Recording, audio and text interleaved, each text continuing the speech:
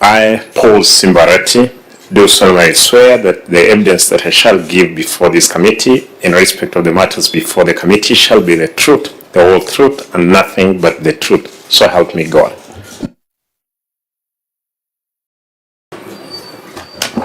Table your written responses. Chairman, Mr. Chairman, sir, I hereby table the following documents before the committee: management response and accompanying annexures for the report of the County Public Accounts Committee on the report of the Auditor General on audited financial statement for the County Executive for the financial year 2023-2024, the management response and accompanying annexures for the report of the Auditor General on audited financial statement, receiver of revenue for the County Executive of the financial year 2023-2024. Auditor General, have you reviewed the responses and are you ready to guide us? Yeah, thank you, Chair. We have received the responses and the annexes and are ready to proceed with the meeting. Clerk of the Senate. Thank you, Chair. Yes, we did receive the responses from the Kisii County Executive as prescribed by our letter to Kisii for invitation to this meeting. Thank you. Okay, so what we are supposed to do today is to find out to what extent you have implemented the recommendations of the Senate as per the motion that was adopted on the 27th of March 2024. The Auditor General made some findings, brought their report to the Senate by 31st of December. The Senate gave you an opportunity to explain the measures that you had taken. I think Kisii did not appear before the committee. They did, Chair, on 24th of March. Or Kisii appeared before the committee on 24th of March. And as a result, we were able to write a report which we sent to the Senate on the 27th of March. It is that resolution of the Senate that we shall be considering today. Before this meeting, we had asked the Auditor General to go back and verify whether any of those recommendations have been implemented. Auditor General, give us your overall report on the number of issues, those that have been resolved and those that are outstanding. Thank you, Chair. Overall, the issues were 52. We were able to do the verification of the responses and the annexures. 4 issues has been addressed. 16 issues partially addressed, and 32 not addressed.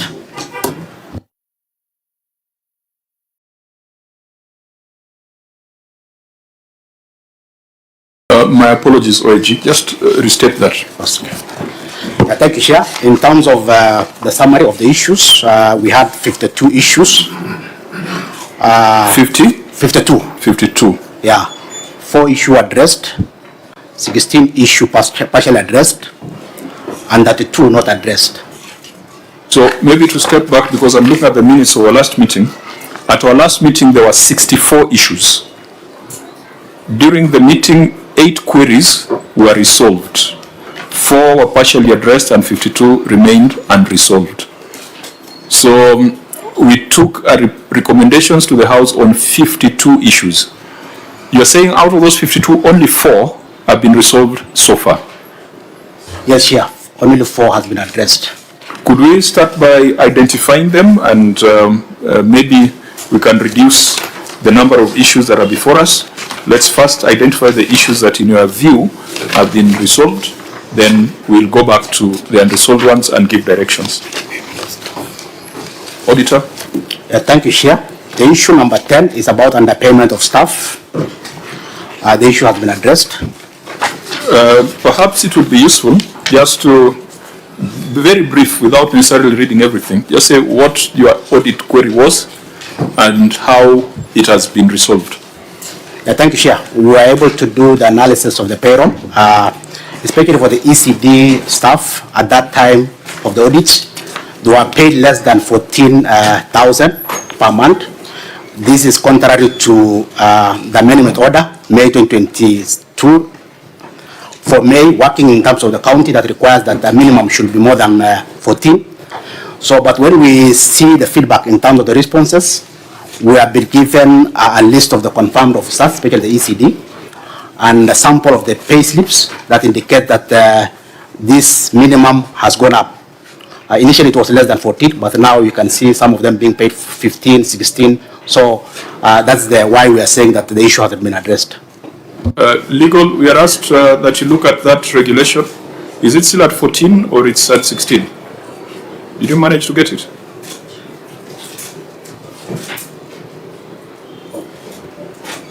As he retrieves that, Senator Onyonka, you had an intervention?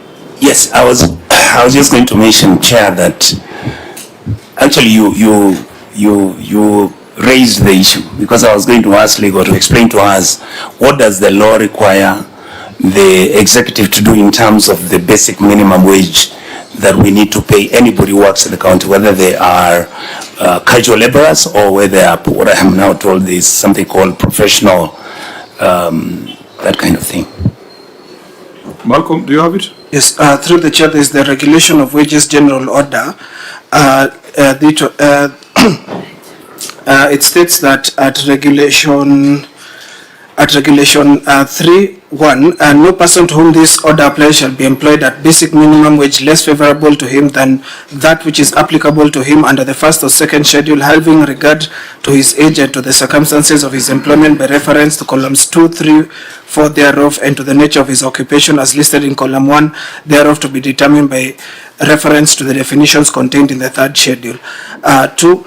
An employer shall ascertain the basic minimum wage to which any person employed by him is entitled under the provisions of this order by reference to the particulars of his birth or apparent age. Through the chair, in this case, there's an entire schedule which sets out the wages of the basic wages, and in column 1, chair, it states that within other areas. Within other areas, this is general laborer, including cleaner, sweeper, gardener, children's hire, house servant, day watchman, and messenger. In column 2, which is Nakuru, Nairobi, Kisumu, and Nakuru cities, this is 15,201 shillings 0.65 cents at a daily rate of 731 and 50 cents. The former municipalities and town councils of Mavoko, Roiro, and Limuru, this would be 14,025 shillings and 40 cents at a daily rate of 672 shillings per day. And in other areas, it is 8,109.90 at a daily rate of 411. Yeah. That does not seem to be the regulation we referred to when we are dealing with Tharaka-Nithi. Yes, from my researches, this is the current. This is the one that is available. The most recent. That's which year? Regulation 2022 or 2025? The one of 1982, as revised by Legal Notice 221 of 2023 on 31st December 2022. 2023. 2022, as collected from the Kenya law. Okay, I think that's for us to establish. But I recall this matter very vividly. Remember when Tharaka were paying some people 6,000 and 9,000, and we read the regulation, and we established that we were below the minimum wage. In fact, but what you have read indicates that counties like Tharaka can pay up to 8,000. This one would depend with column 3 and 4, the definition of whether Kisii was a former municipality. If so, then the minimum wage would be 14,000. And for other areas would be 8,109. Fine. Auditor General says that they have seen evidence that these people below minimum wage have been regularized, and these are, Governor, these are ECD teachers. So the lowest paid ECD teacher in Kisii earns? Chair, the lowest is 25,000.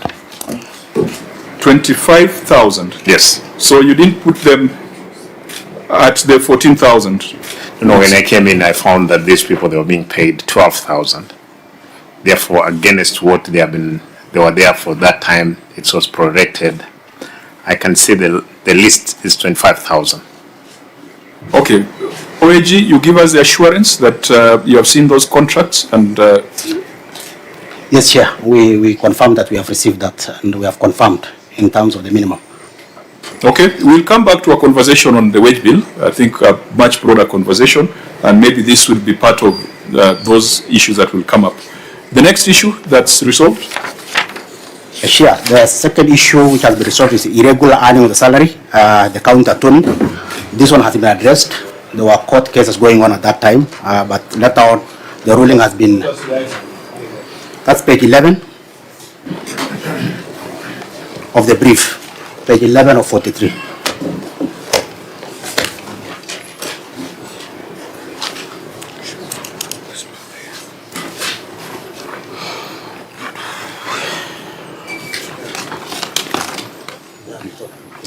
Yeah, this matter was deliberated on extensively at our last meeting, and I think that there was just some documentation, some evidence that was missing. Yes. At that point. Yes. What was missing at that time was the court ruling, which has been appealed by the county, and now they have provided that, and also in terms of the refund of the funds to now the attorney. So the refund has been done. Has been done. Yes. And you can confirm that, you can give us that assurance. Yes, Chair, the evidence has been there and judgment of the court has been provided, and also refund of the RTGS has been done as an evidence. Okay, I remember we spent a lot of time on this at our last meeting, so we'll mark that as resolved. What's the next matter?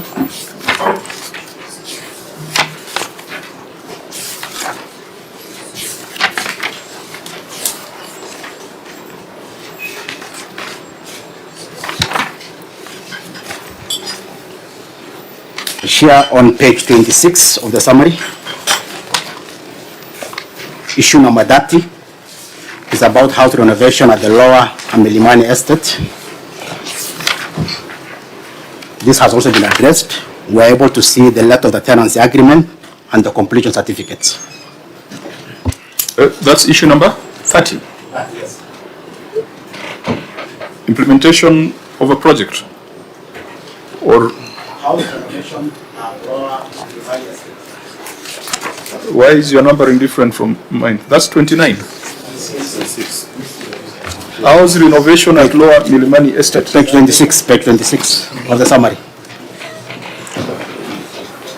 Which document is this? That's, isn't it this?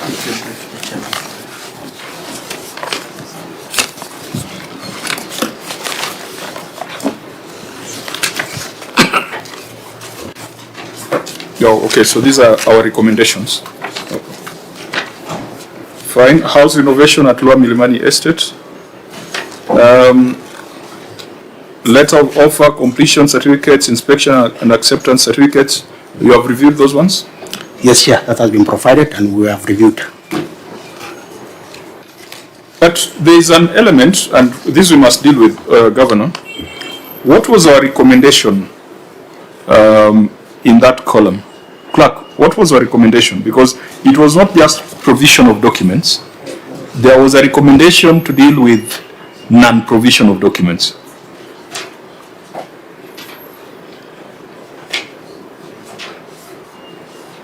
So again, OAG, when you tell us it's closed, make sure that our recommendations have also been complied with. Because there is a part where we are asking for administrative action, and that does not seem to have been demonstrated.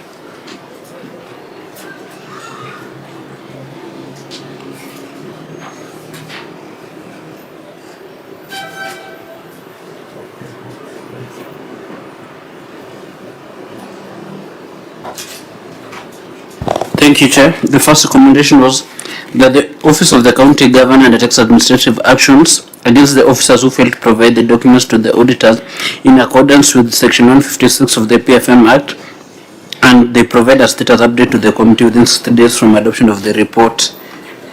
Yeah, so Governor, that's part of what we are doing here. It is not just enough to say that the documents were presented, but it is an offense not to provide documents to the Auditor General during the audit without any valid reason. That's why we directed you to take administrative action. Administrative action could be a warning, could be a reprimand, could be a redeployment, or could be sacking. What have you done to comply with that recommendation of the committee? Chair, thank you. Apart from actually providing the documentation, first business is that you call these people to explain to us why they had not submitted. But then when they are remorseful that indeed those documents, either they were misplaced and they are provided,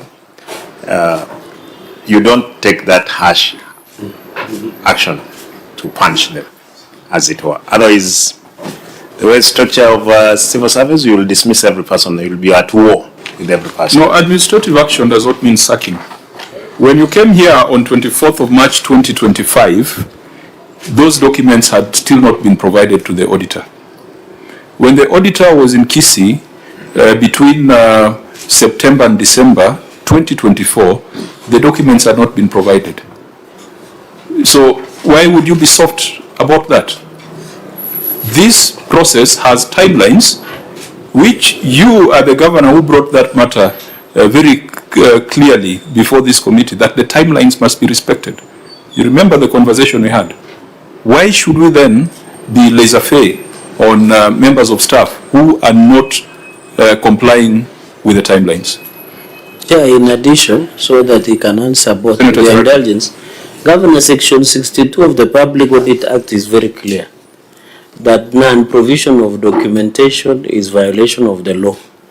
So if you say you cannot be harsh or punished under administrative action, it is very unfair to the audit process, because the law in itself cascades from maybe transfer, administrative action, or even a possibility of a litigation. But on this instance, there is a clear violation of the law, and the only way to cure the law is to ensure there is a legal redress to that aspect. So our question is on these officers on non-provision of documentation.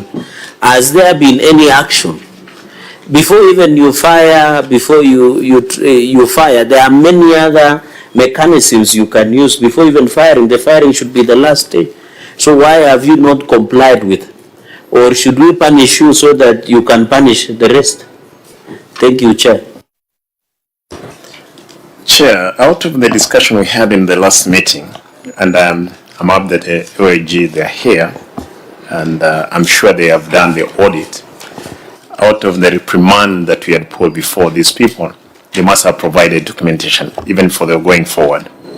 But again, I'm not very sure. There must have a number of those transfers we're talking about that could be there, but I'm not sure.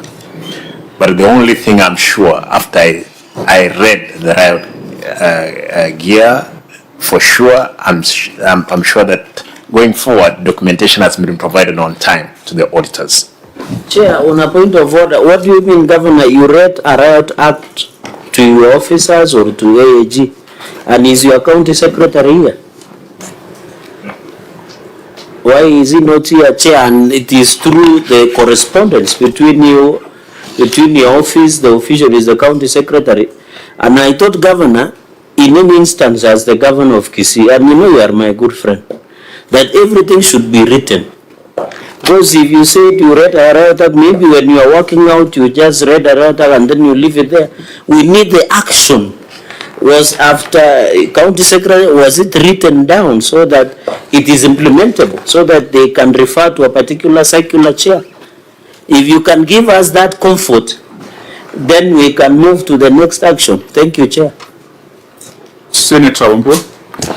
Thank you, Chair. The only thing, the frustration that we find ourselves in is that there is a recommendation by the committee that the governor should undertake administrative action.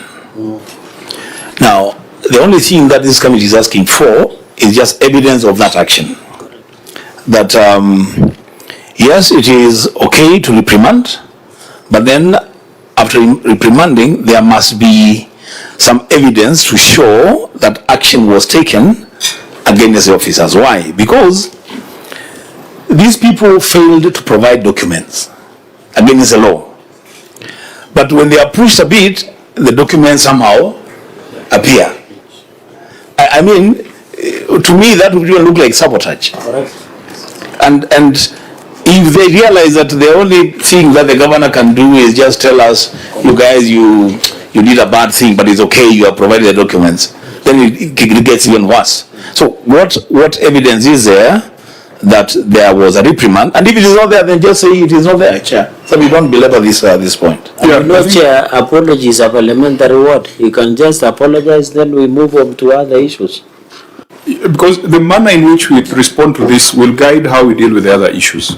Remember, I said at the beginning that today we are dealing with the recommendations of the committee following the report that we tabled on 27th of March. So we must go back to that recommendation and ask ourselves that, did you do what the House resolved that you should do? In this case, the House resolved that you should take administrative action. Now, you should tell us whether that action was taken, but if action is taken in an executive role, it must be in writing. Chair, I'm sure that the action must have been taken. That's why AOG is saying that he... Order, Chair. Point of order. The OAG is only responding to the availability of documents. Right. The Senate is concerned about non-availability of the documents during the audit. When they become available after the audit, they could be cooked. And that would be another offense. And in addition, Chair, if you say they might have... Governor, you are the governor of Kisii. You are the chief executive officer. When some critical decisions like administrative action are taken, you should be aware, unlike the presidency, the executive powers rest with the governor. And therefore, if there is any action that should have been taken, don't worry about your senator. I can see you are glancing at him. Don't worry about him. The issue I'm talking about is whether executive and governor, if you have written, just even if you didn't file then, if you have it with the officers, they can just give us, we give you, you are being a seasoned parliamentarian, you table, then we go and review and come back to you. If it was not done, then you can apologize, we move to other issues, Governor. Chair, for that document, I'll ask that we may provide it as and when available. Given there must have been, I want to say that they could have not acted out of just word of mouth. Therefore, Chairman, I want to say that I apologize. Sorry for this, but again, undertake that I will provide that document when it's available. Look, Governor, we have dealt with a number of counties on this. There are counties that have come here with letters indicating designation of officers. There are counties that have come here with letters indicating warnings and reprimands. There are counties that have come here with a circular to all staff to take seriously the audit process. We cannot take it that it is somewhere and you will find it, because again it will be manufactured just to satisfy this query. I think we take great exception to that. Going forward, let's make sure that we are reading the recommendation of the committee and dealing with what the committee has recommended over and above what the Auditor General has brought up. You brought to the attention of this committee the need to pay fidelity to Article 229. If you expect us to be faithful to that article, you must also be faithful to that article. That article requires Parliament to put in its recommendations, and once it is adopted, it requires you to respond to the recommendations of Parliament. Agreed, Chair. Chair, let me just add something small on that. Two things. One, I remember, Governor, that the directive or the recommendation by the committee is to the Governor to take administrative action. And so it cannot be that document will be available if we get it. If it's not there, it's not there. Chair, there's something you said the other day. That administrative action, because we are here to learn, all of us are learning, that administrative action could actually even mean refresher training for your people, that they must understand the importance of providing documents when those documents are needed. That's also administrative action. Thank you, Chair.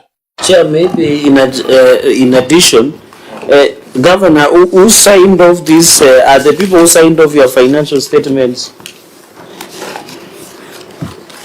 Governor, is the chair of audit committee here with us? And who signed off these financial statements? Are they here with us? The people who signed off the financial statement of this. The names are, sorry, for Vincent Okioma Nyang'wara. Why? He's the chief of South Finance. Is he still chief of South Finance? Just on record, kindly, Governor? You're not on record. He is. He is. Why is he not with us? There is a lean team that I came with, which accompanied me. Chair, Saying this, let me finish just a minute, Onyonga. and I'm just giving you an addendum. I would want to know whether the officers who signed these documents are CPA accountants. Yeah, I'm going there. I'm Thank going you. there, kindly. So, Vincent Okioma Nyang'wara is not here He's a chief officer. of finance, but he signed off the financial statements. Who is the head of accounting unit without a name, but is part number 13733? What is his name? Is not here too. What is his name? It's not on Don Nyandani. John Nyandanyi. Chair, I thought we made a ruling in the morning that if none of the signatories of financial statements are not here with us, how would we proceed? This is very unique. Governor, did you absent them strategically? I thought the gentleman, there is a gentleman of public works, another gentleman I've had. Were they important more than the people who understand these financial statements because they are more needed than the rest? Chair, it's not that I absent them strategically, is that we are on the close of the financial year. There is a lot of, back and forth in clearing of those documentation. Yeah. And because this was a follow-up on the discussion we had, I didn't see that I was to come with them. But again, the gentlemen who are around, they have their specific questions they're going to answer here, where they are liable. But Governor, Chair, maybe I'll need a ruling on this because you had made a ruling in the morning when CI appeared. This is a unique situation where the people who signed off financial statements are not here with us. Well, I agree, Governor, although your team is not gender balanced, well, I agree that there is issues because we are coming to the end of financial year. I agree with you. But it shows that you don't take serious the importance of this process. Because these are the people who generated your financial statements and all of them stem in our so Chair, can as a committee give direction so that, if the people who signed this, and Governor, in any case, are you aware whether Vincent Okioma Nyang'wara is an ISPAC member by any chance? This is a chief officer. He may not be. He doesn't. He's not an ISPAC member. So Nyandanyi is the Nyandanyi one. is. Is it the guy who had the international relations at our last meeting? He's still the chief officer? Finance. Yes. The IR guy. Oh, he's an international relations guy. Yeah. So he should be bridging international relations between China and Kenya. Where The chief China- officer.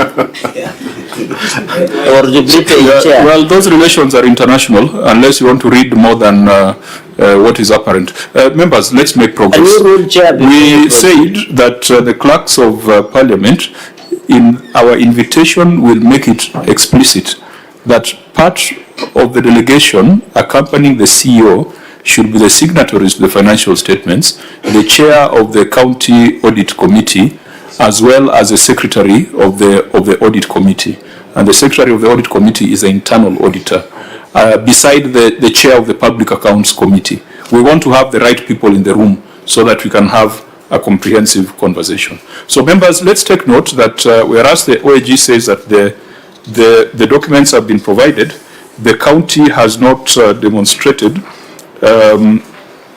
any effort to implement the recommendation of the committee to reprimand or to take administrative action on the officers. We shall render our report and take it to the House because the Public Audit Act says that anyone who fails to implement the recommendations of the committee without providing a good cause, I think there's a way it's framed.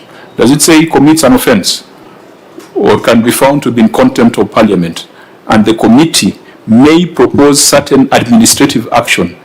Actually, that's where the law gives us the power as Parliament to make HR-related decisions. You failed to take, and I think it's important to read that provision. Mark Gashanja had read it the other day. Malcolm. Chair, as Malcolm reads, I think you were busy consulting. The governor was on record to apologize, so you can factor in before making that ruling. Because he apologized for that oversight, so that you add other rule. Thank you. Okay. Yes, proceed. Read that provision. The chair will read implementation, section 53 of the Public Audit Act, implementation of reports by an accounting officer. Subsection 1, the relevant accounting officer of a state organ or public entity shall within 3 months after Parliament has considered and made recommendations on the audit report, A, take the relevant steps to implement the recommendations of Parliament on the report of the Auditor General, or B, give explanations in writing to the Parliament on why the report has not been acted upon. Subsection 2, failure to comply with the provisions of subsection 1, the accounting officer shall be in contempt of Parliament or County Assembly, and upon determination by Parliament or relevant County Assembly, Parliament or the relevant County Assembly may recommend administrative sanctions such as removal of the accounting officer, reduction in rank, among others. I think when we are doing a report, we shall refer to that provision of the law and make the necessary recommendation. Chair, because we are still within the 3 months, and given that the governor could still be ready to render some administrative action, is it then possible to give them some few days to act, or at the lapse of before we do report writing? Or if they don't within the 3 months, then we take that part, that direction we take. Chair, point of order. He has already pronounced himself. I think, honorable members, let's refer to that provision. We can have this conversation when you're making our recommendations to the House. Governor? Chair, again, I want to agree with what Senator Maluma just mentioned. No, if you are reopening my ruling, then that will not be allowed. Chair is not opening. I think let's leave it at that point. Yes, I wanted to inform you that again, as we are appearing before you, we're within the 3 months that you gave us. Therefore, if I will indulge you, that if it's possible, there any other response. The chair, the governor does not have power to indulge you. Is that Governor, these are very small matter. We have much bigger issues in this report. Let's leave that matter where it is. It is within, not after. So within could mean the first day, or it could mean the last day. And in any case, our resolution was made on 27th of March. Even if you are talking of after 3 months, that will remain with only three or 4 days to get there. So let's leave this matter to the wisdom of the committee so that we deal with far weightier issues on this report. OAG, the third issue that we're taking off. Chair, that's page 27, issue number 32. Delayed alteration and renovation to the governor's office at Old Municipal Building. Again, this is complete. We have seen the completion certificate. The building is currently in use. Same observation, Auditor General. You did not refer to our recommendation in marking the matter as closed. Is there evidence of administrative action taken against the officers? Chair, no, there is no evidence in terms of administrative action that has been taken. Governor, despite provision of the documents, how did you deal with the delayed submission of documentation as per our committee recommendation? Chair, again, is the same approach. I want to say that, again, I will apologize on the point of not providing documentation showing that there was an administrative action taken to my people. But I want to say they are there. So, OAG, the work is complete. At least as far as effectiveness is concerned, we can tick. Yes, Chair. So the work is complete. And so the issue could just be the lawfulness aspect. The delay part of it, that's what the audit has really raised. Is the project has been delayed. Yeah, that's part of the lawfulness. Yes, because yes. If the Public Audit Act requires the entity to do something and they don't do, so you can say you have ticked it for effectiveness, but not necessarily for lawfulness. You are required to report on effectiveness and lawfulness of public expenditure. Delayed alteration and renovation could point to both, but now you are telling us it is complete. So it is effective. There is value for money. Yes. But lawfulness, there is some breach of the law somewhere because the documentation was not provided when required as per the Public Audit Act. Are we on the same page, Dr. Yes, yes. Fine. So we shall also deal with this as we had recommended on the other one, perhaps refer to Section 51 of the Public Audit Act and maybe find the accounting officers to be in breach and contempt of Parliament. Next, resolved issue. Chair, I think those are the 4 issues that have been resolved. So those are 4. Yeah. So when you made your report on 31st of December, there were 64 issues. When the county appeared before us on when we sent our report to the House on 27th of March, we had 52 issues. And today, on 23rd of June, we have 48 issues outstanding. It means how many have been resolved so far? 16. We have 16 issues resolved from the initial 64 in the audit certificate to the 48 remaining here. OIG, is that the case? Correct, Chair. That's the position. So the question is, how do we deal with these 48 issues? Do we conduct an audit here? Or we direct the Auditor General to subject them to comprehensive scrutiny in the next audit cycle? Now, in terms of best practice corporate governance, that's what usually happens, that when the entity is unable to explain something, either the committee pronounces itself and puts in place sanctions, or it allows the auditor to report on them in the next audit cycle as prior year issues. We have had a lengthy discussion as a committee, and we have generally resolved that most of these unresolved issues should form part of the next audit cycle. However, there are certain issues that are so significant that we must pay attention to them, even if they are still going to be referred to the next audit cycle. And I think the elephant in the room is a wage bill. So, Auditor General, let's go to your finding on the wage bill, and then let's see how the county has responded and what measures are being taken to deal with that. Small request, Chair. Yes, Senator. If you go to the report on the Senate County Public Accounts Committee on their report, the basis that gave the qualified opinion, I would really wish to you that we follow this structure, because you have each and every item which has been raised, and those which have been answered, I think you've talked about them. Those you are not, we then run through them. If there is no explanation and all that, then we make the recommendations. In other words, I feel like we are scattering too much all over the place, and yet we have a report here which has been given by the Auditor General on each and every item. I'd rather we go through each and every item according to your recommendations, in terms of the ones which are critical, but the ones which you're feeling that the issues can be discussed later after he has done an extra audit, then I would recommend that we look at it that way. I don't know what you feel about it.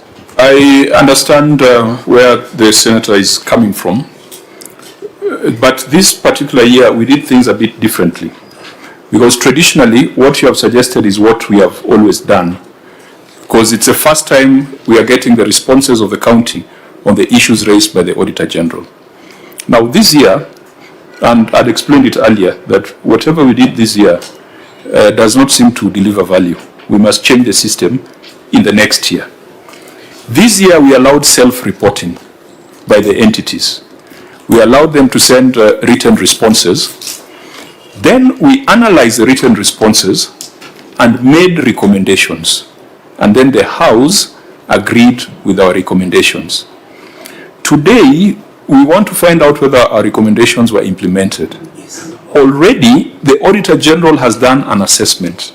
So, for example, on unexplained voided transactions, the OAG has told us it has not been addressed. Chair, I'm with you. So now you are okay. Yes. Now I'm where you are. So in the past, we would go to the issue and open it up and go to the supporting schedules and perhaps do an audit. We realized that it was not the best use of this committee. So I just want to persuade you that whatever we have here has already been processed and taken to the House. And the auditor has done a verification. If the auditor says it is not addressed, I do not think that there is any convincing that the governor can do to tell us that it is addressed. So the remaining 48 issues remain unresolved and to be carried in the subsequent audit. But there is an issue which recurs, I think it's in 4, 5, 6, 7 different paragraphs. Compensation of employees, irregular recruitment, wage bill and lack of fiscal responsibility. I think we owe the people of Kisii an explanation as to why your wage bill is at 68%. The rest of the transactional issues, interest, lack of documents, unsupported expenditure, if the auditor says it is unsupported, it is unsupported. There's nothing we can do about it. And when we are writing our report, we will just make recommendations for investigations and prosecution. And for Senator the Baruma. comfort of the senator, if an issue is not addressed, then in the next audit report, it would appear well enumerated to the end, so it will not get lost. I am actually agreeing with you.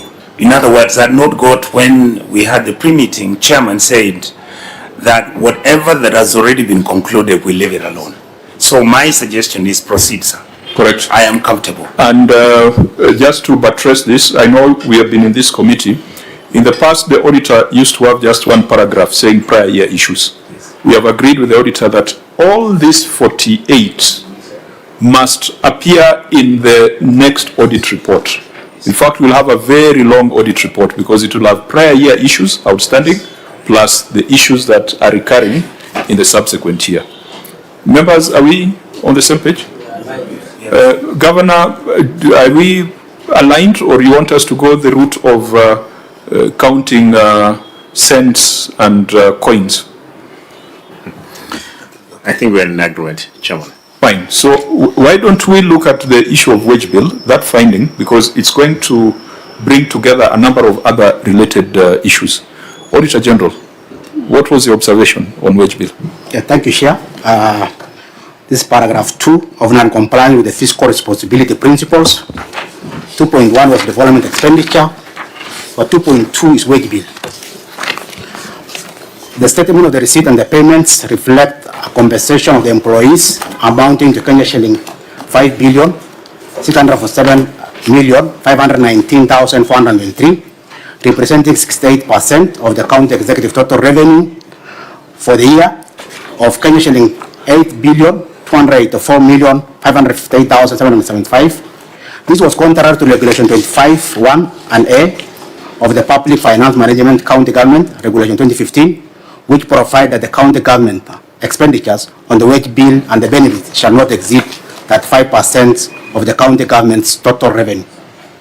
In the circumstances, the management was in breach of the law. Clerk of the Senate, what was our recommendation?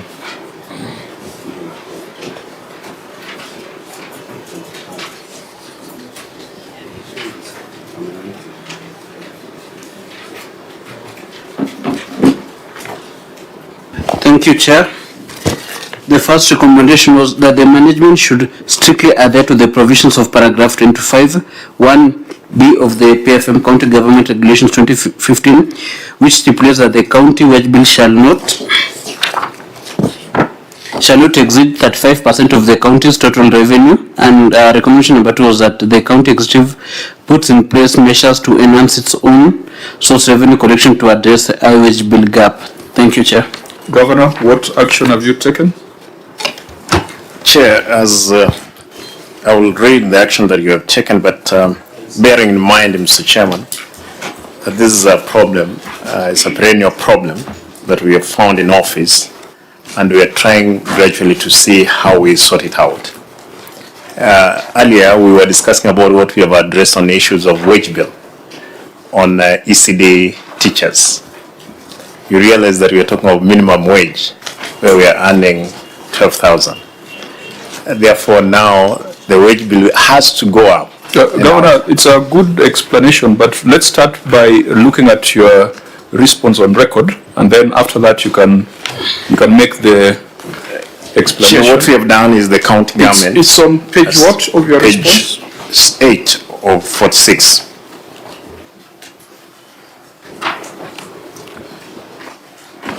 Okay, members, I hope you're there. You may proceed. Chairman, the county government to put measures to curb the increase of wage bill. The county government aimed to increase its own source revenue and diversify revenue inflows, including funds from alcohol fund, facility improvement fund in the forward budget. This was not there before. We were not declaring that money. But now, going forward, we have factored in the forward budget, Mr. Chairman. So, Governor, you have recited what we recommended. What we needed was your action, your demonstrable action. And this is not a matter that is new to us, because we have previously invited you to discuss the issue of employees. You are on public record. We take judicial notice that you made some very dramatic, you took some very dramatic action upon assumption of office on this matter, and I think many people thought that it was the right thing to do. Now the question is whether it is delivering the right results. So we'd have expected that we'll get more of what have you done. You told us about a task force. You told us about frustrations with the Public Service Board. At our last meeting here, you didn't have a substantive chair and a secretary to the County Public Service Board. You know, specific, measurable, realistic and time-bound action. What you are put here, or what your officers are put here, is a political statement. Chair, it could not be a political, because we have already factored in, especially the FIF fund into forward budget, which was not the case, Mr. Chairman. We have brought in the level 5 hospital, which was not being, which was not there before. We have brought it into the forward budget again. Chair, the question of the chairman, the secretary of the board, we have them in place. Actually, they're in the office. But Mr. Chairman, out of the audits, yes, which we pronounce ourselves, I want to indicate clearly a number of people who, were moved from the payroll. But that one doesn't mean that that figure was to come down, because again, what happened is that we enhanced improvement of the salaries of the ECD teachers, who are totalizing to 900 of them. There may be no much significant figures that you'll be able to see there, but we have been able to, because we have curbed issues of employment, as it were. But Mr. Chairman, I want to just to let you know that this percentage may go to 73 or 74. Now, you can't sit in the Senate and tell us that all the money we are fighting for, because you know the fight we are putting up, that when it lands in Kisii, the governor is promising that 73% of it is going to go to salaries. That we cannot take without challenge. Chair. Now, Governor, the problem you have is that you have very good oral explanations, but there is nothing on record. Later on, when you're writing our report, it is this brief statement that we'll be referring to. Why can't you put those measures in writing to guide the Senate? You have said the county government to put in measures to curb the increase of wage bill. What are the measures? Can they be listed? Can they be proven? When you explain, you tell them, but on paper, there is nothing. I hope you're understanding my frustration, that your explanation is different from what's on paper. Chair, I don't know how you get it, and this is important. Agree with you to some extent. But when we just indicated there that we have brought in the issues of the FIF account, which was not there before, we have increased our own source revenue. That part of the answers, Mr. Chairman. But a bit of this because of just asked and you brought. So by so doing, you have moved from 60% to what percentage? Because Auditor General, you must also give us guidance. This ratio is not 60%. It is 68%. It's very important that you go on record to amend your finding. Please. Yeah, thank you, Chair. In terms of the records, we are able to do the computation, and the actual percentage is 68. If you brought in the on-source revenue, which the governor says is supposed to help him, the on-source revenue was 501 million. And actually announcing bringing in the FIF account and the KTRH. So if you did that, if we just dealt with what is before us, 501, it's still at 64%. So you should tell us that by bringing in the other funds, now your ratio has moved from 68 to 35. That's for you to tell the Senate. Chair, we may not get to that 5. I want to promise the Senate. No, but what have the measures achieved? Because you are threatening that it will go to 78. You can't have measures that increase the percentage. Chair. We could benefit from Senator Onyonka first. Thank you, Chair. Your Excellency, Governor Simba Arati. The matter we are discussing here is, I think, Chair, different from what the Governor is saying. I don't know whether all of you are carefully looking at what this issue is. The issue is not whether there is money for the governor to employ people either by increasing their promotional wages or whatever it is. The question that you are discussing, and I think, Chair, you have not been clear on this one. Governor, the issue we are dealing with is this. Have you employed people since you became governor beyond the level that the government allows for you to employ? I would have been very comfortable for you to explain to this committee that when you came in as governor, you find the percentage of wage bill which relevant to the expenditure on development and vis-a-vis your wages for the county employees of Kisii County. What this report shows is that you've actually increased the employing of workers in Kisii County, and their wages have increased beyond the original figure, which was at 41%, and now you are at 68%. That is point number one.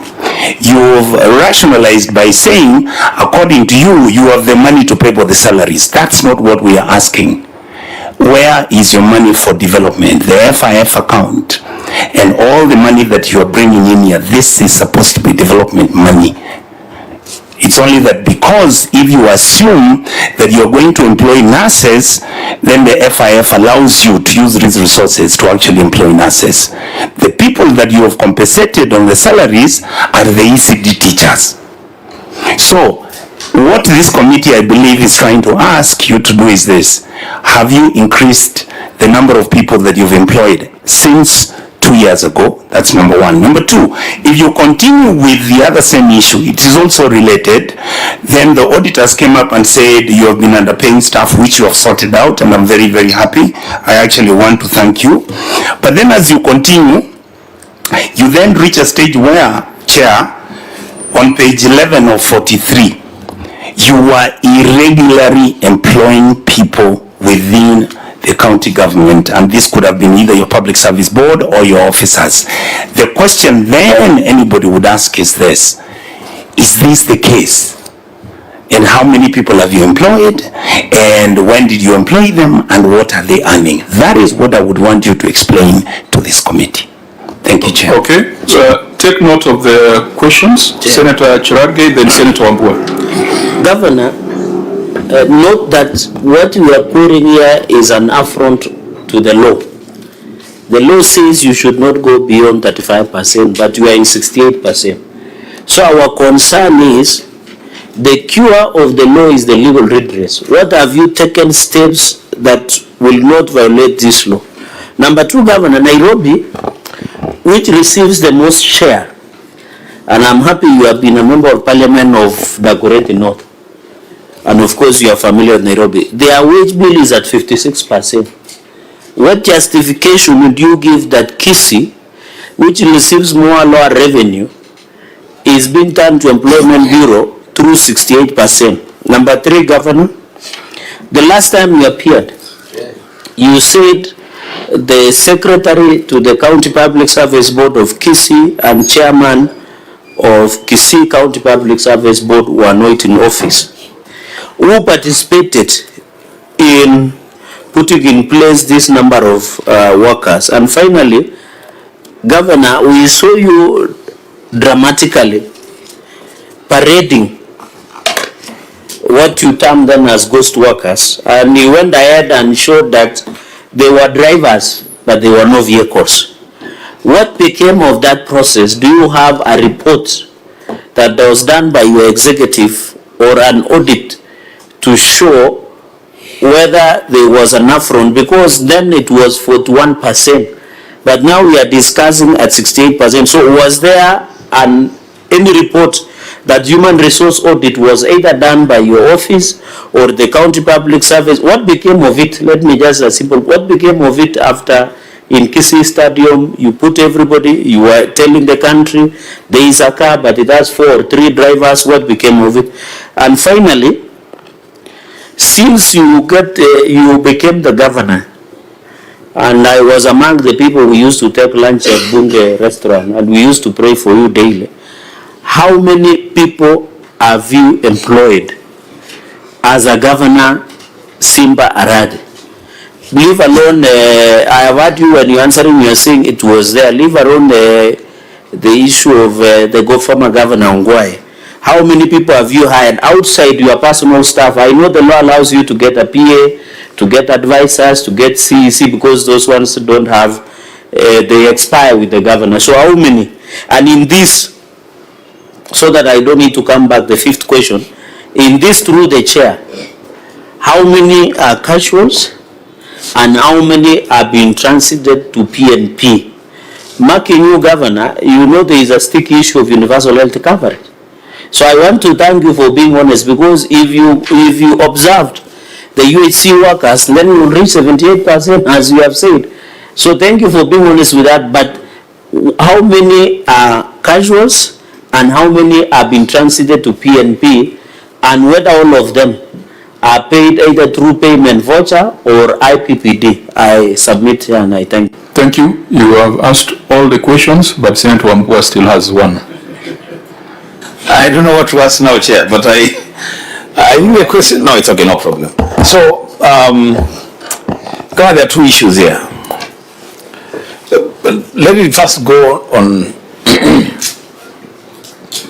the governor is consulting, so I need, okay, that's fine.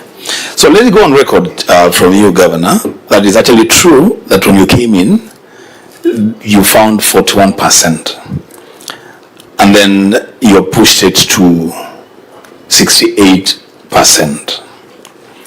I'll tell you this. During our briefing, everybody here, including myself, was shocked that actually you could have a county that spends 68% of its revenue paying salaries. Secondly, if you're already coming in at 41%,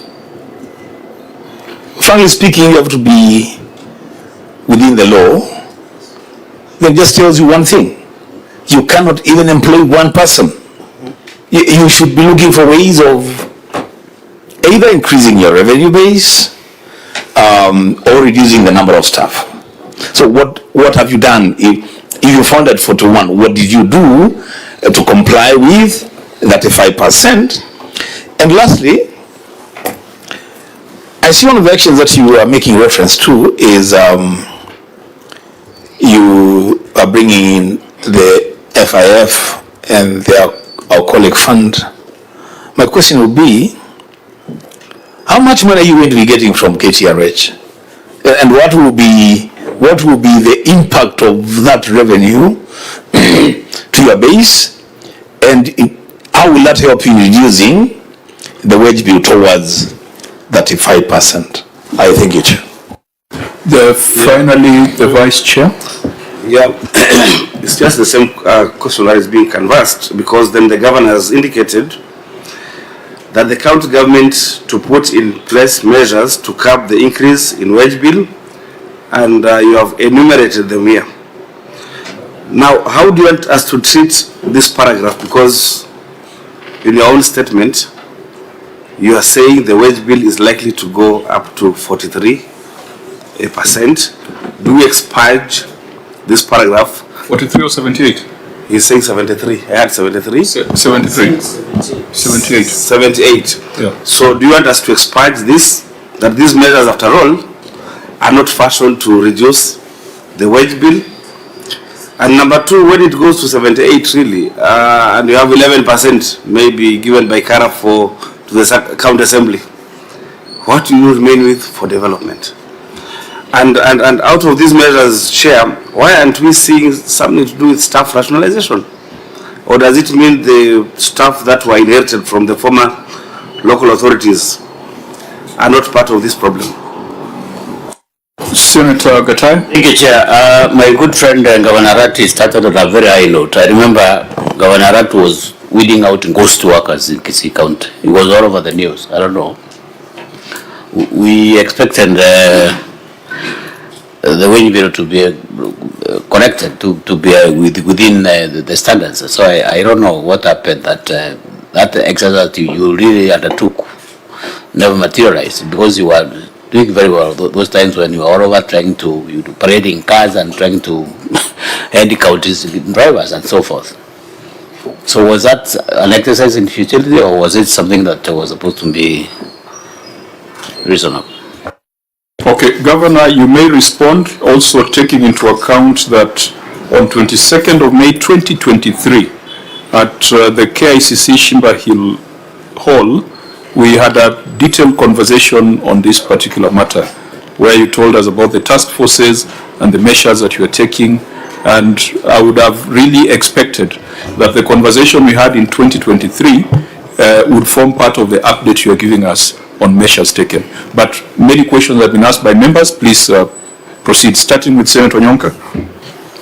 Thank you, Mr. Chairman. Chairman, I don't know, from the onset I wanted to know, where did you get your figures of 41? Who informed you? That must have questioned the pre-meeting.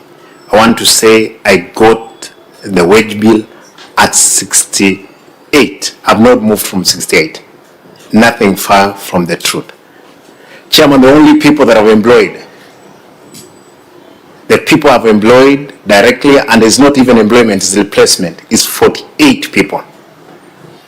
Those are chief officers, CCs, and advisors. I've not employed anybody. Point of order, Chair. Mr. Chairman. So when the governor says he found it at 68 and still 68, yet because I had to say he has employed 48, don't you think it changes the dynamics? Chair, I want Senator Chirigei to get it very clear that I've not employed. The only thing I've done is replacing the people that I found, those positions which were occupied then, chief officers and CCs. Mr. Chairman, the only thing I've done, the promotion, the people who are due for promotion, yes, they have been promoted.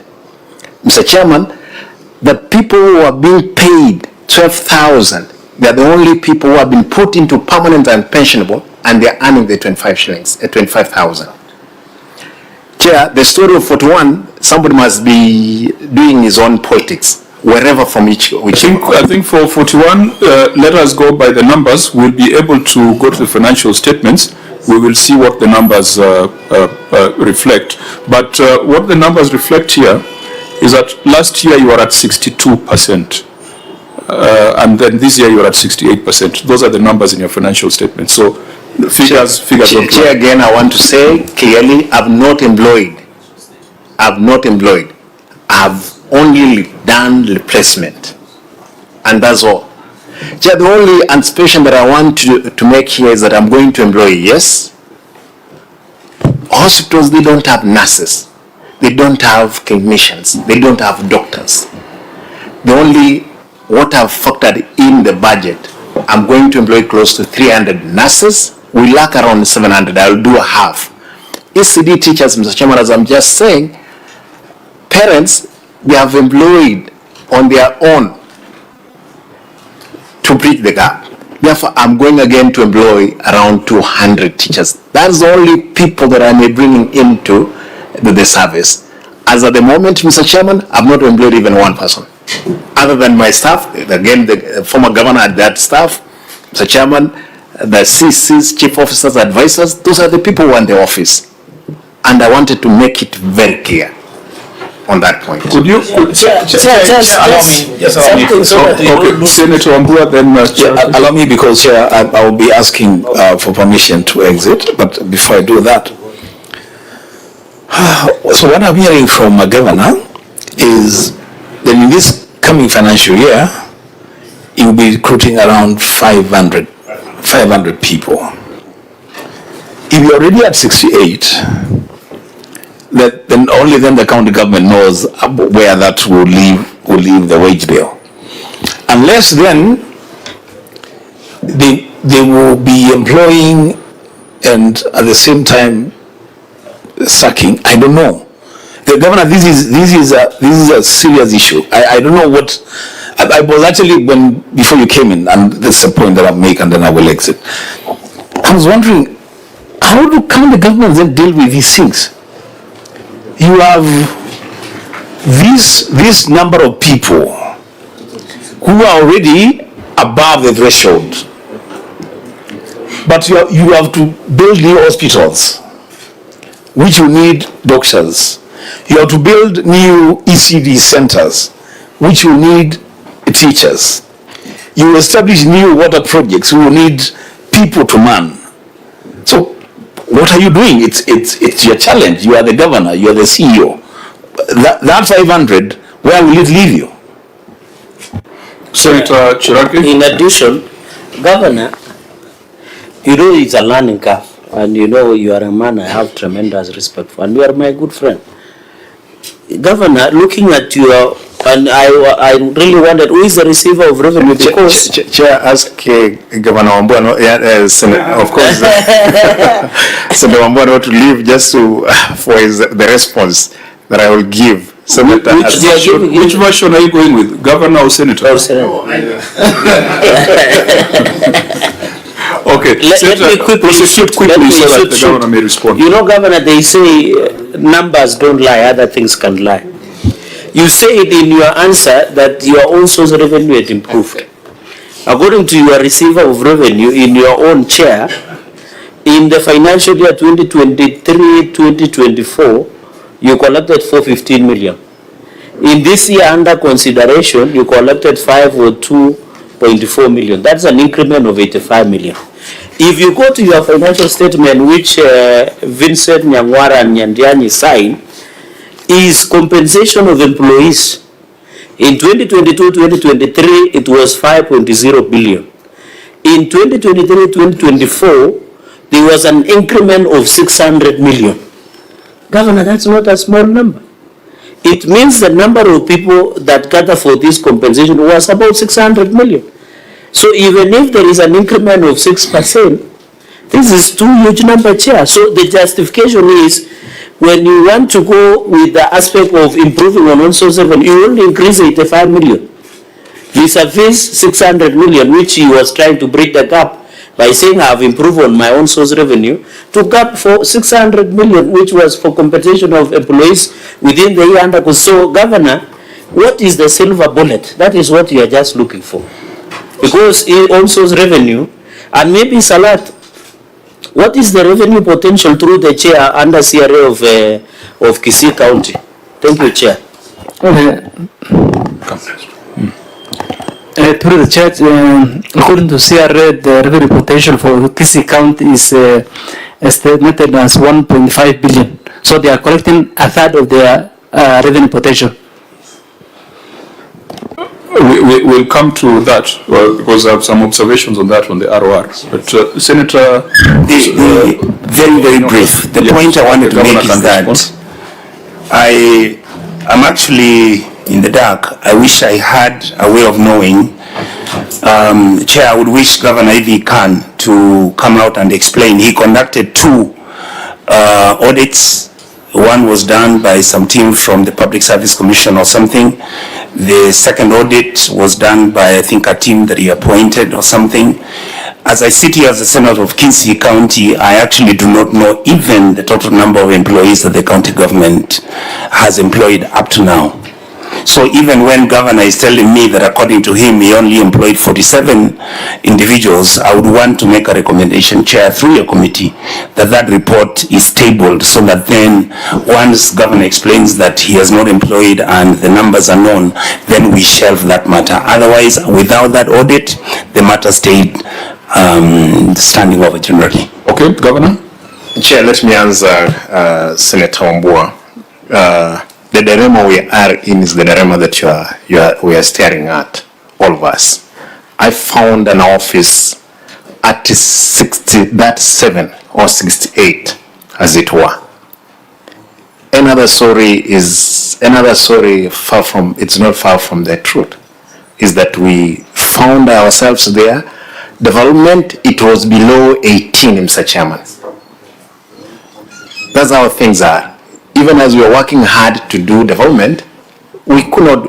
And Mr. Chair, you know the problem? The problem is that all the people who are employed, those lower cadres, not technical team, doctors, they were not employed, nurses. Therefore, we have more drivers. We were not doing a cosmetic dress in the stadium. Those are real stories. We went ahead, Mr. Chairman, we did the audit on certificates, fake certificates. A number of people have gone home. Today we were at IPEC. I felt that the Deputy President said they followed what KISI did on verification of pending bills and on certificates.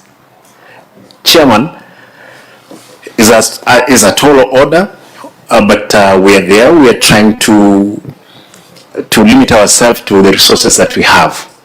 And I want to repeat myself on answer here. I've not employed more than 48 people directly, and not even employment, Mr. Chairman, replacing those who are holding office. The only employment I'm intending to do is for the nurses and the teachers, actually close to 500. That's how serious I am. I can't preach of the water and drink the wine as it could be. You know, Governor, we must draw the line. There are things you can do as a chief executive officer, tactical and operational decisions. It is not for the Senate to get into that. Ours is at the strategic and policy level. The law requires you to be at 35, you are at 68. Double. I mean, there is sometimes a level of tolerance. If you are at 37, I would say, this is okay, you're a work in progress. If you are at 40, we would say, fine, we believe if you grow your revenue base, it's going to change. But you are at 68, threatening to go to 78. Threatening to go to 73. Why should the Senate continue sending money to Kisii? Especially if that money is going to a black hole. We are not questioning, and perhaps I don't want to dwell on that. Of course, I'll give it a benefit of doubt. The people you hired when you got to office. But are you sure of the people you found in office are actual workers? You did an exercise, but that exercise is not yielding the results. You see, that's our frustration. You did a much publicized exercise.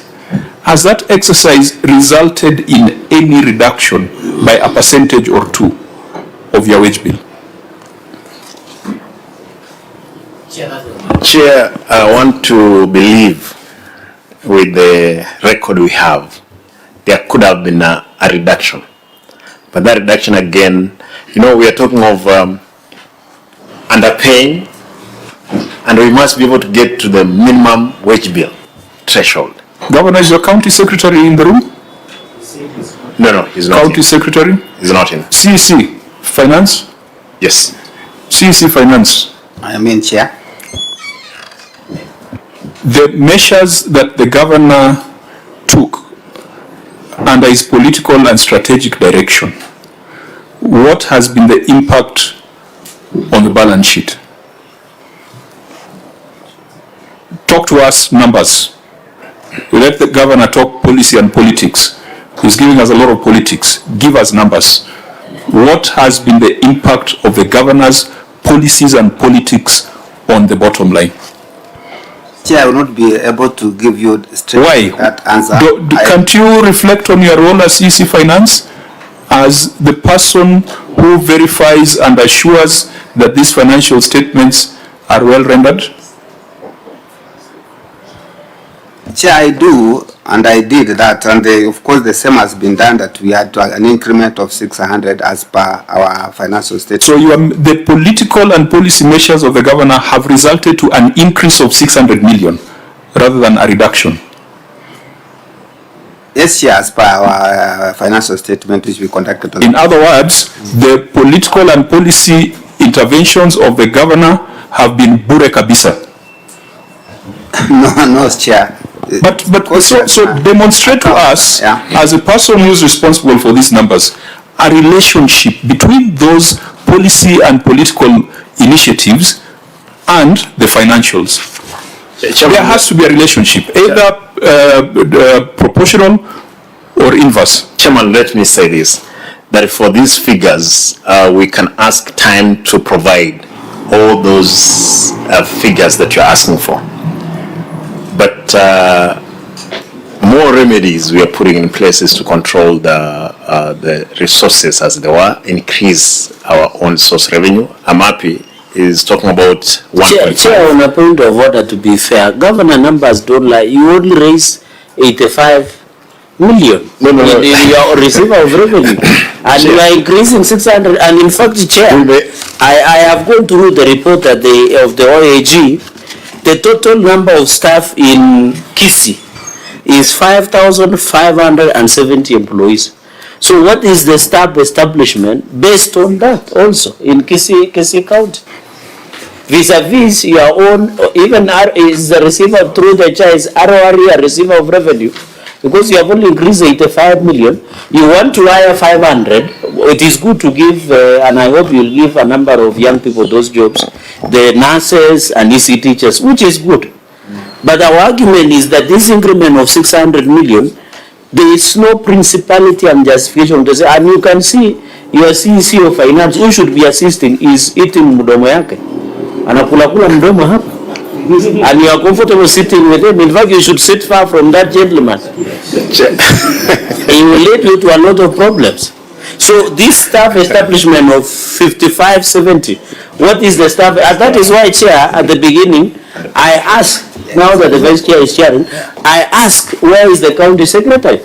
Because if your county secretary was here, in fact, you would have been safer with county secretary than this gentleman. Because unless they fear you, governor, do these people fear you? That governor can answer. Chair, through the chair, because if they are fearful in answering our questions, then it means they are fearing you. No, Chair. I don't. That's right, Chair. Let me answer the questions that have been asked. Yeah. Okay, let's allow the Vice Chair just to, maybe he might help clarify things. You can answer both. What we are wondering as a committee is there's an exercise that you did ostensibly to do some staff rationalization. How many people or employees dropped off as a result of them being ghost workers, as a result of them not having the requisite qualifications? How many dropped off, and what was the wage implication in terms of reduction? The other thing that you did was making sure that you pay the employees as per the regulations. What was the impact on the wage? Is it the 600 million that we are seeing? We need those numbers, really, we need them. Otherwise then when you're counting people and dropping them off, and then the wage bill is going up, it doesn't, the numbers don't add. And in addition, when you look at the audit report, Governor, you didn't have a staff establishment. So as you answer that on myself and Vice Chair, have you put in place the approved staff establishment of that 55-70 employees, which is consuming around 68% of equitable share revenue that you are sending? Thank you, Chair. Chair, I want to say that the staff establishment we have put it in place as we are talking at the moment. Therefore, as and when is required, we will definitely give it. Again, Mr. Chairman, on the numbers that of the people. Chair, on a point of order, this staff establishment, Governor, in our committee recommendation, you have not provided evidence of the same. Is it here with us? I'm saying it's going to be provided, Chairman, and it could not be inside there. This bundle that is looking so beautiful and well marked, it is not here. No, there is more information inside that than that Governor, one. you thought senators are busy, they can't read? No. You see, there is more information there, Chairman. Senator Chergey, there is more information, more materials inside there other than that one which is missing again. But Governor, through the chair, we are discussing 68% of your revenue. This is a so serious matter that it should have been priority by even giving us, through the chair, evidence of staff approved establishment. Where is it, Governor, through the chair? Chair, this is, I'm happy that Senator Chergey is asking this question. This is a perennial problem that I just indicated earlier. And you said it very well. We were with you here when this crime was being committed. But Governor, it's 2 years. That's okay, and that's why I'm saying I have already done it. You will definitely get it, Mr. Chairman. My chair, could I please? Onyonga, just wait a little bit. I agree we were here together. But Governor, you have been in office for 2-3 years now. And we are still lamenting of what happened. And you know government exists in perpetuity. This is a simple exercise establishment of approved. And Governor, it is consuming 68% of your own. This is a serious issue. And this concerns about 55-70 of your employees. So my question is, in our recommendation, and in fact it is page 42 or 43, Chair, there was no approved staff establishment or organogram. So our concern, and that is why we wanted your county secretary to be here. Because the two gentlemen seated in between you, we don't want to sacrifice you like Jesus Christ and leave Barnabas. What we are saying is very simple. This is a simple thing, Governor. Just show me and tell me, here it is, I will open, read it, and be satisfied. I will provide it. Is it there? Chairman, I think I've said that it's not in that document. I will definitely make sure we are provided to the Senate. But it has been done, so it has been done. Place. So, Chair, if we can see that the staff establishment, you can give a ruling on the number of days. Okay, we can give direction, Senator Onyonga. I just wanted to say that, Chair, as I sit here as a senator of Kisii County, we don't have either an HR audit which would show, and indeed Kisii is not a unique case. But I believe that anybody sensible would have made a decision to either do biometric registration, do an audit, because as I said, there were 2 audits done and they costed quite a bit, close to 10 million. That has not been shown. There is no staff establishment provided for so that you can know whether the numbers we are talking about do exist or not. So I would like to say that, Chair, with a lot of humility, I would want us to leave the discussion of this matter until all the data and information is provided to this committee. Otherwise, we accept the position of the Auditor General, and that is that there's nothing the county government has done as an executive to rationalize or plan on what is supposed to happen for the employees of the county government. Thank you. Now, Governor, Chair, on what my senator just mentioned, that there is no HR audit. I wonder if he has been even in this committee. When I made a report, Governor, that's exactly where I'm going. That's exactly where I'm going. On 22nd of May 2023, when you appeared before this committee, to discuss similar issues, you reported to us that the county executive has procured a firm to undertake an audit of its human resource, and the exercise was ongoing. The exercise was expected to conclude in May 2023. So we were having the meeting in May, and when you appeared before us, you indicated that there was some work in progress. The conclusion and resolution of the committee was that the governor to appear before the committee in 30 days after conclusion of the ongoing audit. 30 days after the conclusion of the ongoing audit. So did this audit take place, and has it been concluded, and are there results? The one you referred to at our last meeting. Chairman, audit was done. Concluded? Completed. And I believe, if my memory keeps me well, we must have submitted that report. Unless, if it's not there, again, I will... No, the requirement was, really, the requirement was not for you to submit it. The requirement was, once you are done with the audit, because you are conscious that there was something going on, and so we could not make conclusive recommendations. So we said, go complete your audit, and then after 30 days, after conclusion of your audit, we shall reinvite you to give us an update. Now, I raise this to allow us to be orderly in the manner in which we proceed.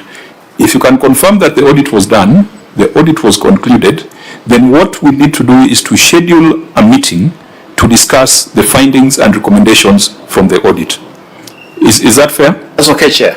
And that's why I started by saying that really that is what you should have put on your response. That is specific. It is measurable. You know, but when you just say that we are taking measures, it does not tell us Chair, I want much. to confirm that the audit was done, and we have the whole report. Any time that you need us before you, we will provide it. We'll go through it so that you can be able to ascertain how many people went out and the savings from their where did they go to. Why are we at 68? That one, Chair, we are ready to provide all that information. So I think we would agree then that at 68% of total expenditure, this is a matter that requires special focus, a special inquiry, and perhaps a special audit. And which firm undertook the audit, if you can recall? Was it OAG or a private sector player? No, it's government of entity, that's IHRM. IHRM. Yeah. So, members, we could create a date and an appointment where we will be looking at that report and then comparing it with your financial statements. Because as I asked earlier, if you have taken some proactive measures, it should reflect on the bottom line. But if it's still going up, then it tells us that something is wrong. Chair, again, it's important that you mentioned of 600 million. If you cumulatively, you'll be able to calculate what ACDs and the promotions actually could be more than 600 million that has been consumed inside there. Is that explanation before us? We can provide it, Mr. Chairman. Again, you see where my problem is? Because it's easy to say 600 million was because we resolved issue number 2. There's an issue there where people are getting below minimum payment. And your officers should be able to compute and illustrate that. In fact, Governor, now you're starting to operate like a certain gentleman that I know, who does not allow anyone to advise him, who hires advisors and ends up advising his advisors. You cannot be like that guy. Do we know that gentleman? You shouldn't be like that guy. Do we know that? Are your officers advising you? And that is why I ask Are they helping you? that is why I ask a question whether the officers fear him. And they Surely your CECs should have more data, more information than you do on technical basis. And that's why I said your role is policy and politics. Theirs is technical. So please. Oh, you're afraid you know more than them. Allow your advisors to advise you. Or advise them on how to advise you before you come here. Don't be like that before guy. you rule on HR so that we leave, we pick a date. And Governor, make sure as the chair has ruled, provide us with many information, because your county is so unique that it has the highest above Nairobi. I've told you Nairobi is 56. You are now saying you'll approach 73. So make sure this issue of HR is addressed, because if you don't address us, as a Senate, we'll invoke Article 225 of the Constitution, where we'll recommend that Kisii County does not receive any funds, because this is a direct affront to the Constitution and the law. So I hope I don't know why Chairman is today magnanimous. He has given you a time where you will come back and provide more information so that this matter can be resolved. We want the people of Kisii to get employed and also to get drugs in hospital. We want people of Kisii to get employed and also to get good roads. So that is why the law is there. So Governor, I request you that now that the chair has given you this lifeline, please provide us with all the necessary information so that we don't need to invoke Article 225 of the Constitution. I think, Chairman, I agree with you that we pick a date on how we can address this issue of wage bill so that we can move forward. I thank you. Chair, I would also be interested to get the findings of the report, because all of us are having this conversation and discourse whether devolution is working for us or our counties maybe are too small and unviable. And if you collapse them and have maybe bigger entities, then it will be better. Our counties just employment bureaus, and just living maybe for your case now would be having like less than 20% for development. I would really be interested, because as a new model of governance in Kenya, would be wanting to know the challenges. We need moments of reflection on what is working and what is not working. So I think that report would really be good in terms of informing us on the best practice, maybe on employment and doing HR audit. Otherwise, that situation is dire in Kisii. So in line with what we had discussed earlier, clerks, let's prepare the list of shame. I had already presented that to the Senate. When I was moving the report, I referred to the fiduciary risks report, where we said that 16 county governments spent more than 50% of their revenue on wages and benefits, and I think we listed the counties that were in that space. Kisii is the highest, followed by Mombasa, followed by Elgeyo Marakwet, Nyeri, Nairobi, etc.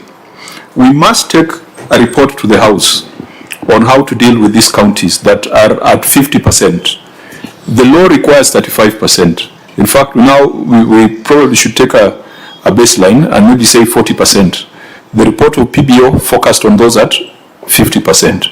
Let's send a list of shame to the House.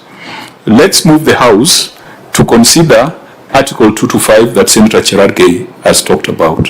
Article 225 provides for stoppage of transfer of funds where there's a persistent material breach of the law, and to be at 68% against 35%, there is no greater definition of persistent material breach of the law.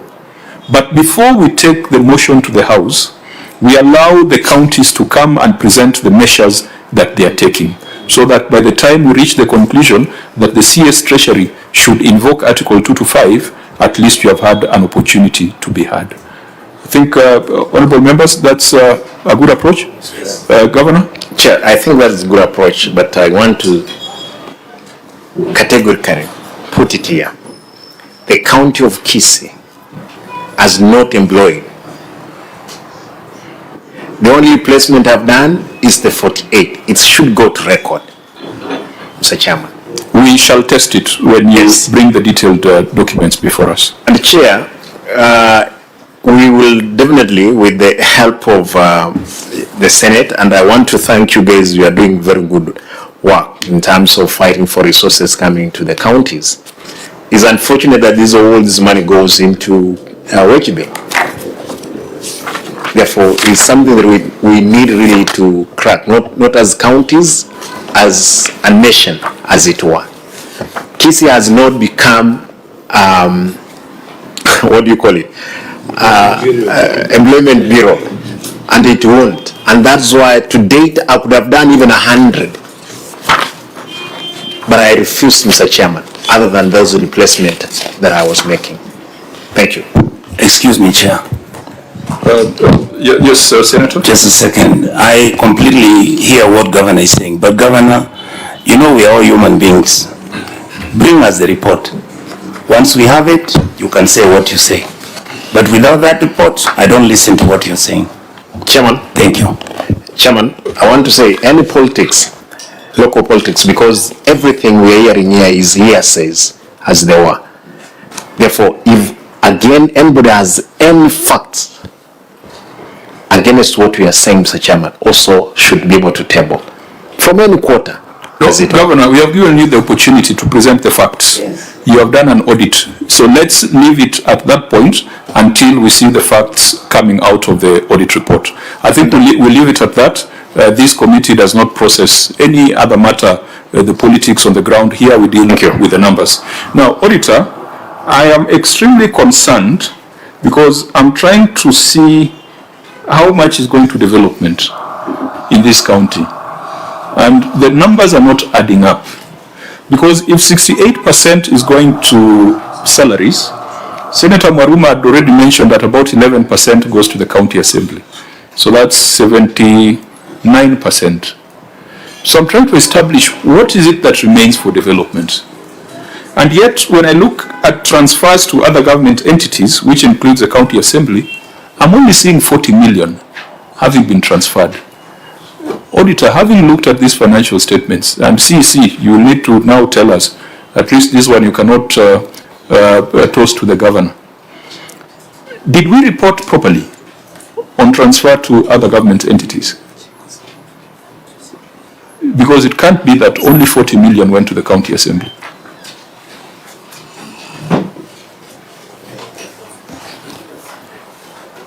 Assembly, we do 1.05. Your financial statements reflects 40 million. I think that is, I don't know. Well, it's your financial statements, CEC? Well, the CEC's overall is the one whose signature is on the forwarding page. Chairman, those are transfers to CRF, Assembly transfers the co-direct, and that year it was 1.1 billion. Thank you, Chair. Sorry, just the one just reflected on the FS are transferred to CRF. What do you mean? But the note, you've got a note there that breaks down that transfer. And on note 4, transfers to county government entities, county assembly is 0, mortgage is 40 million. In fact, the only transfer reflected in your statement of payments and receipts is a 40 million for mortgage. How was the money that goes to the county assembly transferred? Chair, I would want the accountant to report. Yeah, I think. And let them refer to these financial statements. I don't want a story. Chair, financial statements. Chair, the current template requires that we report the monies that we receive from the CRF. So Assembly receives directly from the CRF, so we don't report their money. Auditor General? Yeah, Chair, that's the true position. In terms of that templates, you know, when you look at the CRF, and that's why we're also auditing the account assembly in terms of the fund they receive. But in terms of the development, again, we normally measure the total expenditure vis-a-vis the actual the developments. And that's why if you look in terms of the issue number 2, in terms of fiscal and compliance with fiscal responsibility, we are saying the total expenditure that's recurrent and the development is 8.4. But in terms of the expenditure for the development is 1.5 billion, representing 19%. Now, Auditor, so if in this statement of receipts and payments, the money that went to the assembly is not included either as a receipt or as a transfer, what therefore ought to have been total receipts in CRF? Because that then becomes the base for determining this percentage.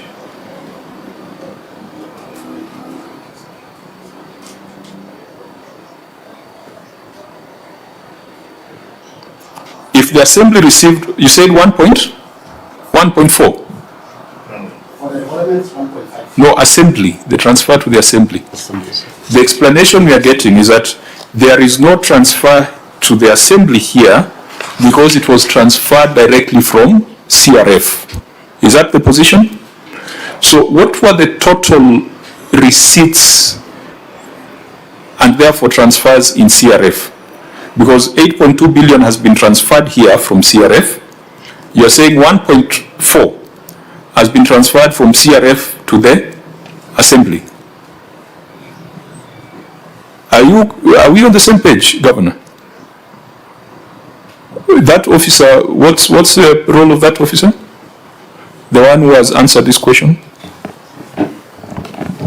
Chair, Ivan Skiage, in charge of financial reporting. Correct. So what then should have been the total revenue for Kisii County Executive for that financial year? Okay, for purposes of reporting, they have separated the executive and assembly. But if you wanted to report for the entire county, then it will be what we received as executive and what went to assembly. So what is that figure? What is total revenue for Kisii? And remember, total revenue is defined in the PFM as equitable share, on-source revenue, and any additional allocations. Yes. So how much was it for Kisii in that financial year?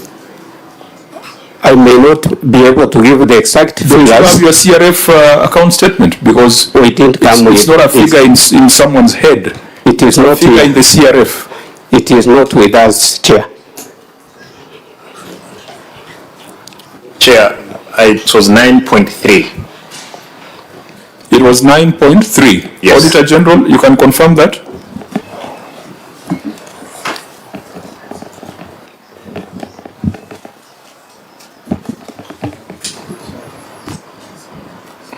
Remember, this exercise is supposed to look at 3 reports, even though we are only interrogating 2, ROR and executive.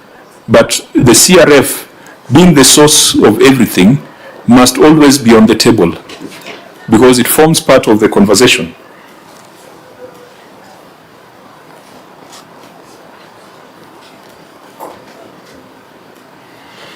Because, Auditor, the reason why I've asked that question, if you take 9.3 as a base, our wage bill is 60%. If you take 8.2 as a base, our wage bill is 68%. Now you need to guide us. Remember, we asked that question at the beginning. What is a base?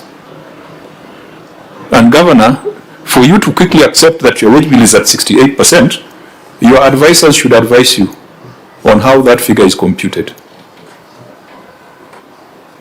You have a financial advisor in the form of a CC on one hand, and the gentleman in glasses is in what role? County Attorney. County Attorney. You have here spent a lot of time saying that your wage bill is at 68%. But from my assessment, if you look at your total revenues, then it would go back to 60%.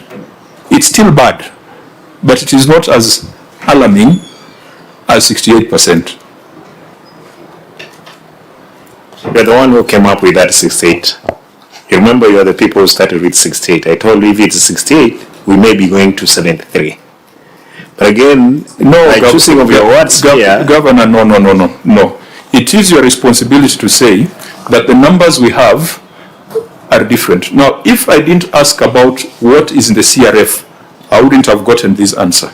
68 is on the basis of what was transferred from CRF to the executive against what was paid as salaries. By your clarification, which then even your advisors don't have, you are saying that your total revenues was 9.3. The wage bill is computed as a proportion of total revenues. So it's not like I put some words. You led us along that path. This is extremely untidy because if you cannot agree whether it's 68, 60, 64, OAG? Yeah, thank you, Chair. As you said, in terms of the revenue base, there's that discussion whether we'll still add on source revenue to the base, Of course, if you add that, the percentage comes down. Again, in terms of even the wage bill, you know, we also do the computation for the wage bill for the county assembly, which again, in terms of, and that's why we also look into the financial statements for the county assembly separately. No, for county assembly, I have been of the view that that provision should not apply. It shouldn't apply because that should be, because when you report on the county assembly, you usually give reports like 80% was used on salaries. Of course, county assembly does not deliver services or development. But you must advise us on this. You put 60%, we asked you, you agreed with us it was 68%. It is your responsibility to guide us. But Chair, I don't know how we can leave out the all source revenue, because in our discussions all through, and I think this is my 7th year on this in this Public Accounts Committee, if we leave it out, then the remedies undertaken in terms of increasing the all source revenue will either be here, not there. Otherwise, it should be the total revenues, shareable revenue, plus the on-source revenue, so that if we increase the on-source revenue, then the base increases and therefore the percentage comes down. The only discussion then maybe that would be remaining or is whether we would add grants, conditional grants. Where do they fall? If in a year we get grants, then we also add them as part of total revenues. They all come to CRF. Anything that goes to CRF is defined as a revenue for the county. So, Governor, I think it will have helped your case.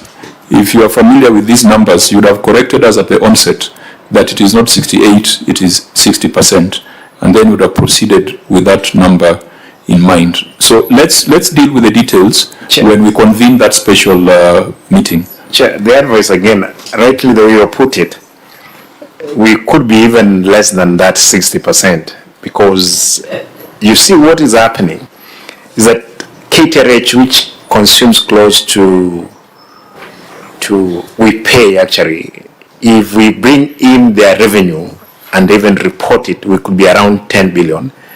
Therefore, that pushes that wage bill to below 60.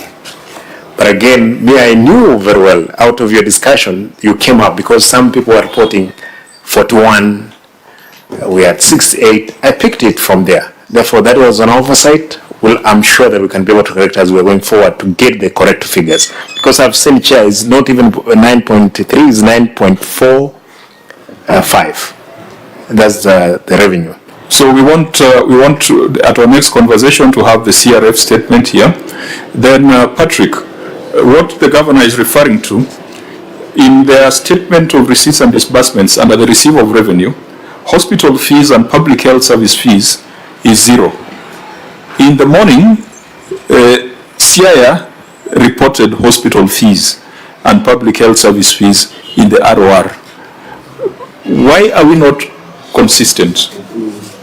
Because CIA collected 501 million on account of almost 300 million from hospital fees. KC has collected 502 million without including hospital fees and public health service fees. One of the two reports ought to have been queried. One is wrong. They can't both be right. Chairman, I think this is something that we have to look at as OAG then, so that even when you are reporting, then you have a standard way of reporting. We cannot be reporting in one entity then leaving out the other. Before FIF, I think counties had leeway to report as on-source revenue. But now, because of FIF across all the counties, we must agree that whether FIF will be part of on-source revenue or not. That will happen, Chair, you know, we are in the process of learning. Learning is a continuous process. I agree with you that we reported there as 0 on issues of health. But at the moment, Mr. Chair,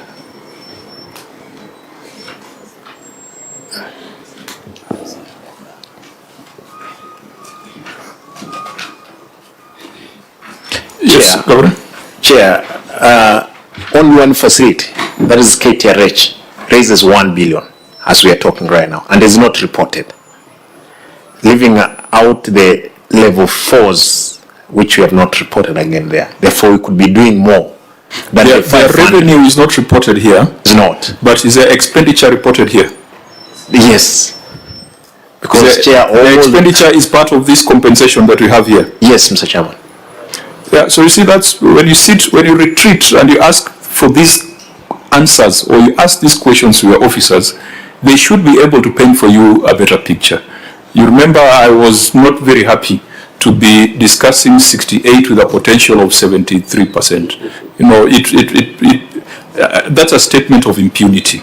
We should have first gone to the numbers and say, wait a minute, we are not even 68, we are not even 60, we are probably 50 something. So your officers must be able to do that analysis for you and tell you, this is CRF, these are the other funds that are excluded from CRF by legislation of the County Assembly. Because I believe that the facility funds are not swept to CRF, are they? Yeah. They are excluded by an act of the County Assembly. So we must put together all these funds, all this revenue, but if they are excluded, their expenditure should also be reported in those other funds. Chairman, so that then you have fair reporting. We cannot say the financial statements are true and fair if we exclude the revenue from those hospital fees and then include the expenditure here, Chairman. Yeah, that collapses your argument. This thing requires, And that is why we needed people who signed off the financial statements. Because if they were here, it would have been more clarity, because you can see CCM is not even aware.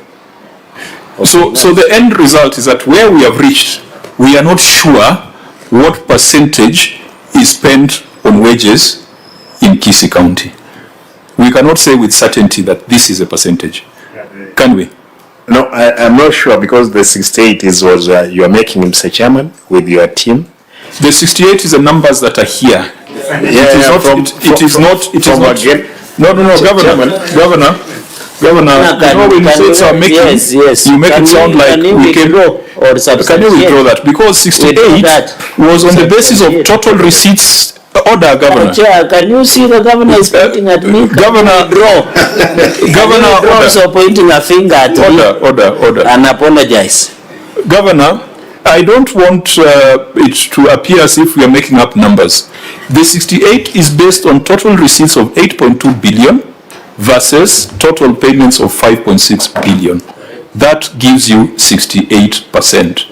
It took our effort to find out what else is in CRF.